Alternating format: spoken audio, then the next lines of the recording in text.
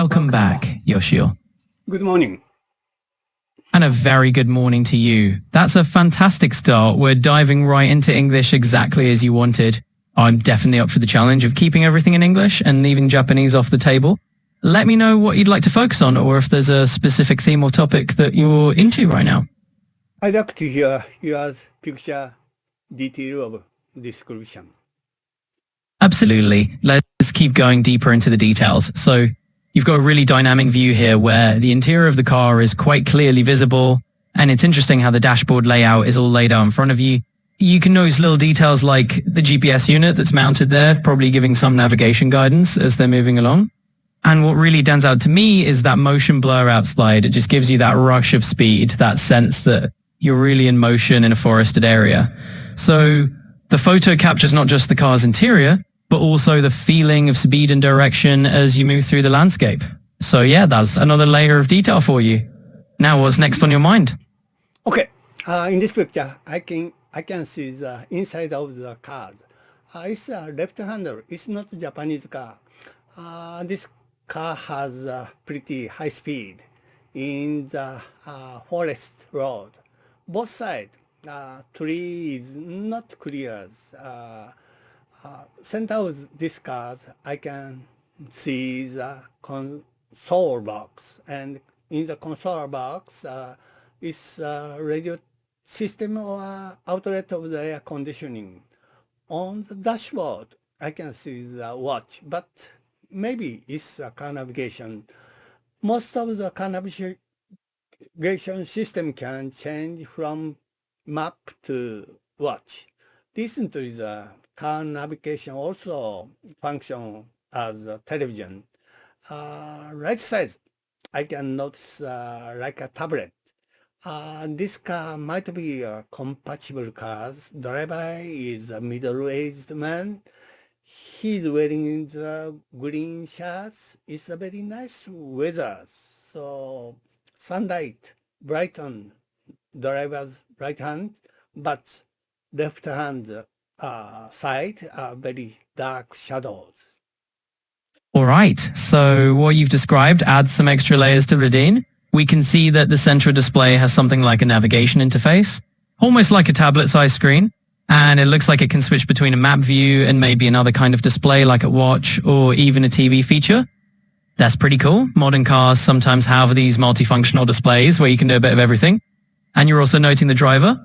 Sounds like he's a middle-aged guy in a green shirt, enjoying some really nice weather. The plane of light is interesting too. There's a bright light on the right side, maybe from the sunroof or window, and darker shadows on the left. So we've painted a pretty detailed English picture here. Nice work. Let me know if there's anything else you'd like to dive into.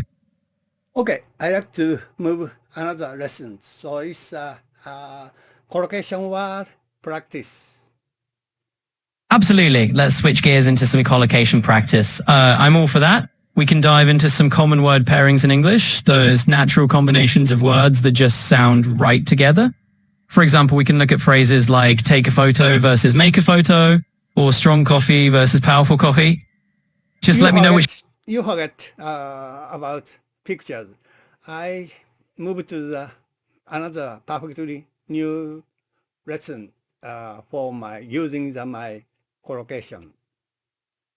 Not a problem at all. I'll shift gears right away. Let's leave the photo talk behind and dive straight into practicing those collocations you're working on. We can pick any theme, daily routines, work-related phrases, or even something fun and creative. Just let me know what you'd like to explore next.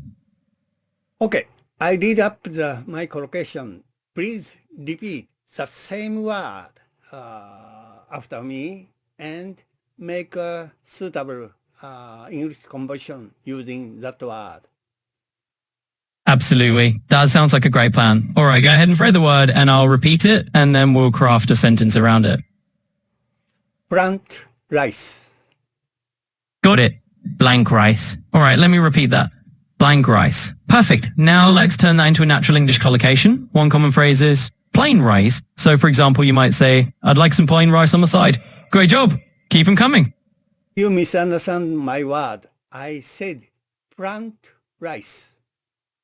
I appreciate the correction. Let's do that again then. Plant rice. Got it. So let's take plant rice and turn it into a natural combo. For example, farmers plant rice in the spring.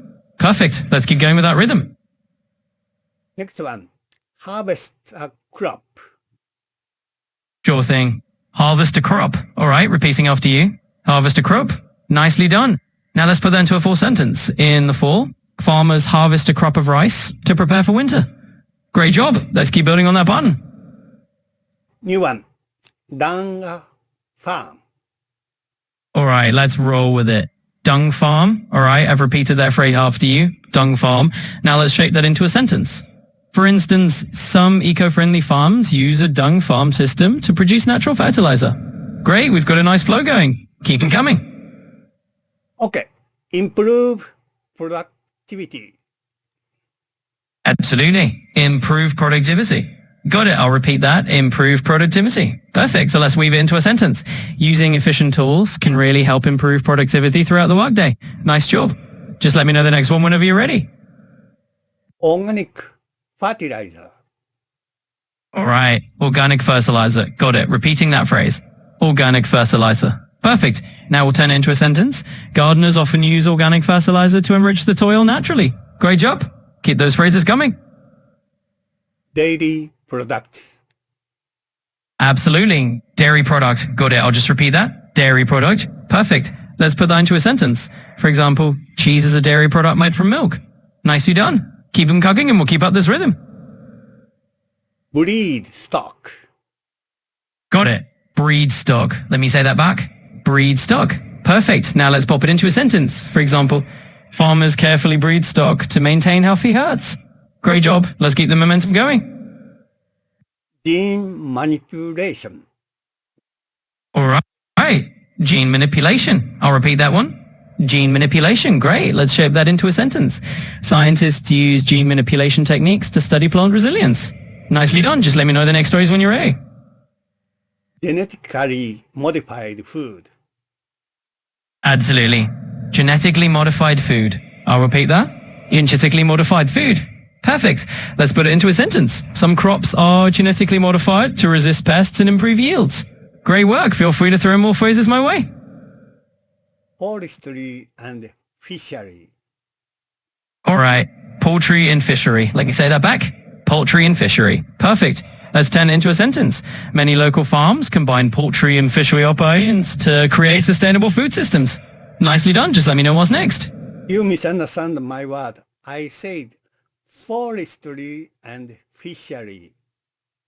Ah, got it now. Forestry and fishery, not poultry. Thanks for clarifying that. So for example, we could say local economies often depend on both forestry and fishery industries for sustainable resources. Thanks for your patience. Let's keep rolling. Thank you for everything in today's lesson.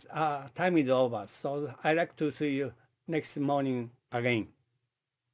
Absolutely. It's been a pleasure chatting with you today. I'm looking forward to our next session tomorrow morning. Have a great rest of your day. You too. Bye-bye. Take care. Talk to you soon. Bye for now.